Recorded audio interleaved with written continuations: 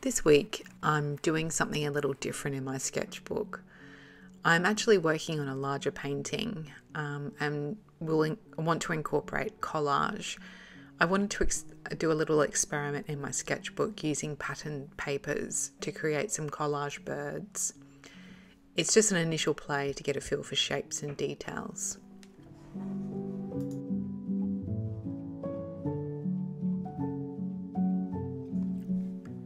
First I drew some simple pencil outlines of bird silhouettes, which I created from a quick Google search for exactly that.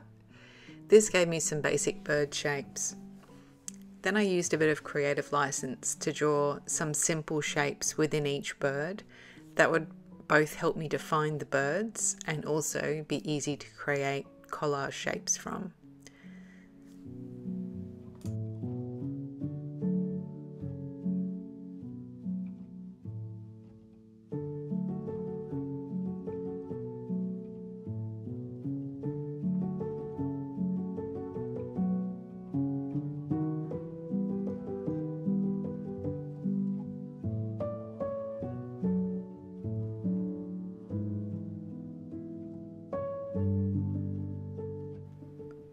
Next I cut some tracing paper and traced these bird shapes to help me with the collage.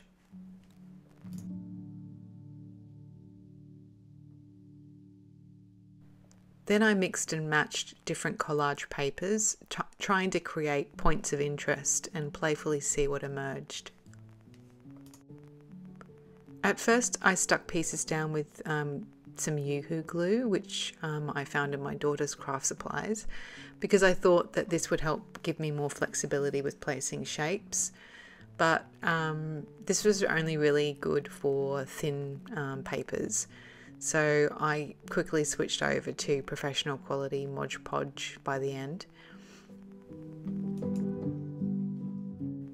While I loved the idea, this process took me much longer than I had expected and hoped.